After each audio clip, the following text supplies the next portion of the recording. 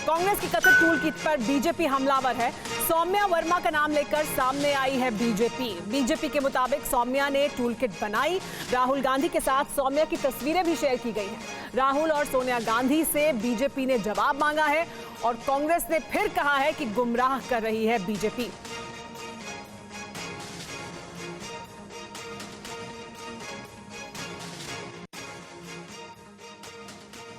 Central vista vanity project Modi ji के उसको मोदी जी का घर, मोदी जी का पैलेस, मोदी जी का महल बताना है, ये कल हमने खुलासा किया था और आज उसकी ऑथर का नाम सौम्या वर्मा के रूप में सामने आ रहा है। सौम्या वर्मा आखिर कौन है?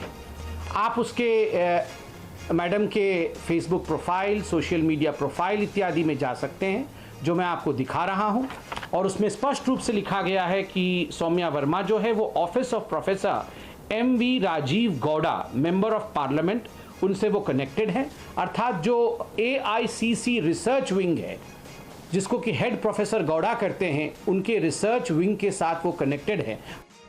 सबसे पहले राधिका खेड़ा जी, लेकिन मैं आपसे शुरुआत करना चाहूंगी।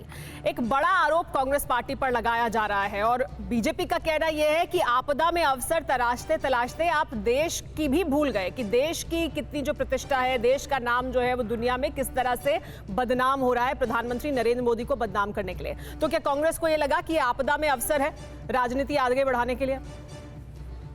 सुमेरा जी, मुझे अब भाजपा पे, उनके प्रवक्ताओं पे और उनके नेताओं पे बहुत ज्यादा तरस आता है, क्योंकि वो अपना मानसिक संतुलन खो बैठे हैं। इस समय जब सरकार को हर चीज को समझ के और बहुत मजबूती से काम करना चाहिए, देश की जनता के लिए लड़ाई लड़नी चाहिए, उनका साथ देना चाहिए कोरोना की लड़ाई में, तो वो अपना मानसिक संतुलन खो बैठे हैं। पता नहीं क्या बीमारी उनको हुई है।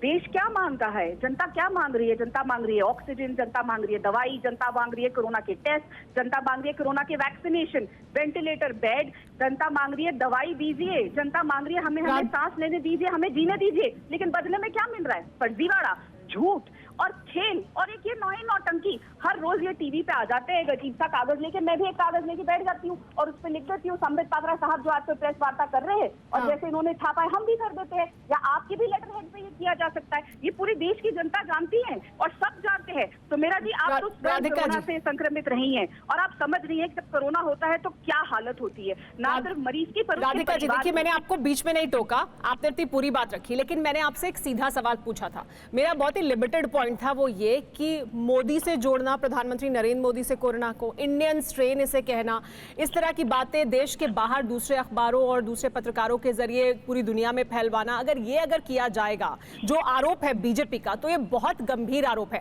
कोरोना को लेकर अगर आप कोई कमी निकाल रहे हैं, सरकार से सवाल पूछ रहे हैं, वो आप पूछ सकते हैं, वो हम सब पूछ सकते हैं, वो देश की जनता को अधिकार है पूछने का, पार्टी के तौर पर आपको भी। लेकिन क्या देश की बदनामी हो, इस हद तक भी आप जा सकते हैं क्या? जो आरोप लगा रही है बीजेपी वो गंभीर आरोप है, उस पर क्या जवाब?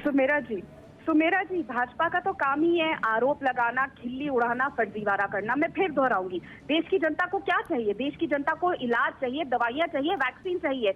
आज देश की सरकार ने बिना हमसे पूछे, आपसे पूछा था क्या सुमेरा जी? मैं ये सवाल पूछना चाहूंगी। आप इस देश की टैक्स पेयर है, एक वरिष्ठ पत्रकार है, क्या आपसे पूछा गया था आपके हिस्से की वैक्सीन, आपके बच्चों के हिस्से की वैक्सीन, आपके रिश्तेदारों के हिस्से की वैक्सीन बाहर भेजने से पहले? आपने वैक्सीन मैत्री तो कर दी, लेकिन अपने देश में राधिका जी, अभी हम जो मुद्दा है उस पर रहते हैं, नहीं इस पर बात करते हैं, उस पर आप जवाब नहीं दे रही हैं, उस पर वापस मैं आऊंगी। प्रेम शुक्ला जी की भी एक प्रतिक्रिया ले लेते हैं, क्योंकि आपने तमाम आरोप तो बीजेपी पर ही लगाए हैं, तमाम आरोप बीजेपी पर हैं, तो उन्हीं से जवाब भी ले लेते हैं जो आप लगा रही हैं।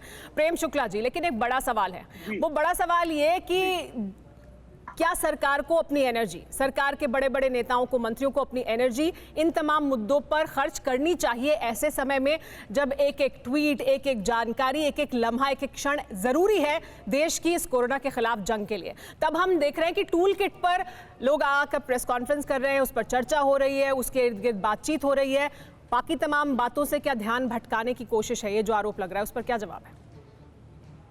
सुमारा जी कृपा करके बताइए, कोरोना वायरस के एक वेरिएंट को इंडियन वेरिएंट क्या श्रीमान राहुल गांधी ने नहीं कहा?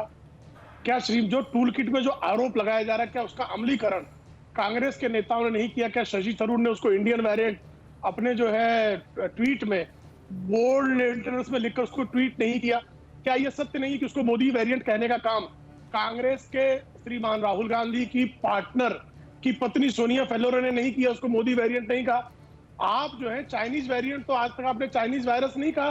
वुहान वायरस आज तक राहुल गांधी ने या कांग्रेस के किसी नेता ने चाइनीज वेरिएंट कहा हो या वुहान वायरस कहा हो, इसका एक उदाहरण बता दीजिए।